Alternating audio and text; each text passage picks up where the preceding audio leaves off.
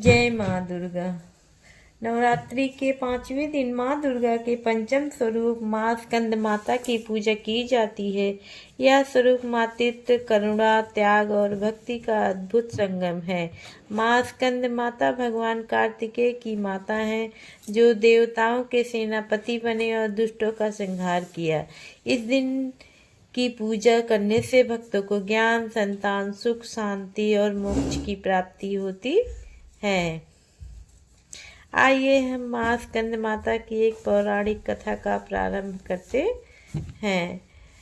बहुत समय पहले की बात है। संसार में तारकासुर नामक एक अत्यंत शक्तिशाली राक्षस था। वह बचपन से ही महत्वाकांक्षी और अभिमानी था। उसने सोचा कि यदि उसे अमरता का वरदान मिल जाए तो वह पूरे ब्रह्मांड पर शासन कर सकता है।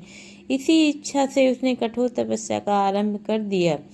वह वर्षों तक एक पैर पर खड़ा होकर बिना भोजन, बिना जल भगवान ब्रह्मा की आराधना करता रहा। उसकी तपस्या इतनी कठोर थी कि तीनों लोकों में उसका प्रभाव दिखाई देने लगा। अंततः ब्रह्मा जी ने उसकी तपस्या से प्रसन्न होकर उसे दर्शन दिया और वरदान मांगने को कहा।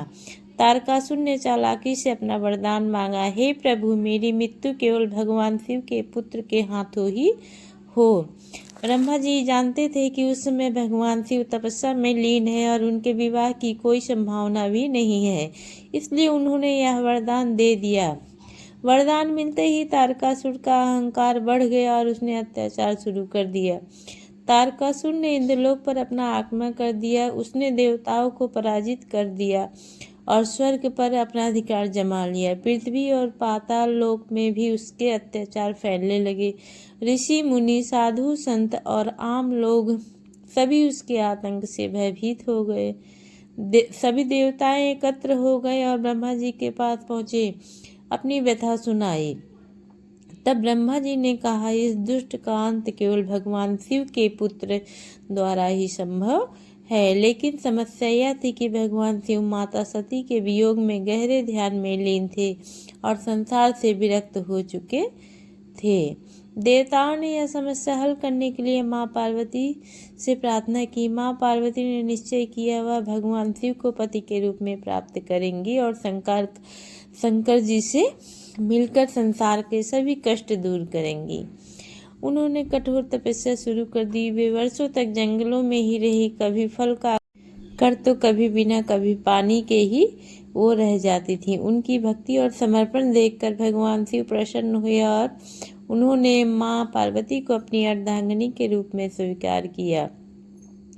कुछ समय बाद माँ पार्वती ने एक तेजस्वी पुत्र को जन्म दिया। उनका नाम कार्तिकेय रखा गया, जिन्हें स्कंद भी कहा जाता है। वे जन्म से ही दिव्य और शक्तिशाली थे। माँ पार्वती अपने पुत्र को गोद में लेकर उसका पालन पोषण करती थी।